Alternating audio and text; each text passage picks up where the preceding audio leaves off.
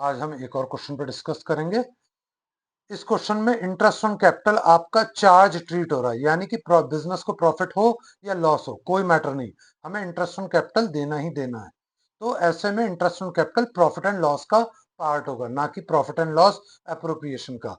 तो आप उसे कैसे डील करेंगे पीएल और पीएल अप्रो में। चलिए स्टार्ट करते हैं। A B are partners in ratio of 2:1। They have rupees 1,80,000 in their capital account on 1st April 2019 as per partnership deed.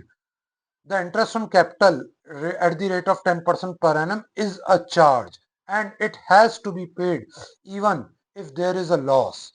Profit during the year 1,20,000, यानी कि बिजनेस में प्रॉफिट हो या लॉस हो हमें इंटरेस्ट ऑन कैपिटल देना ही देना है।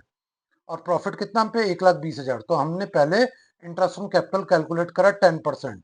अब ये 10% पीएल में ना जाकर पीएल अप्रो में ना जाकर पीएल में डिक्लेयर करेंगे। देखिए टू इंटरेस्ट ऑन कैपिटल, ए का 10,000, बी का 8,000।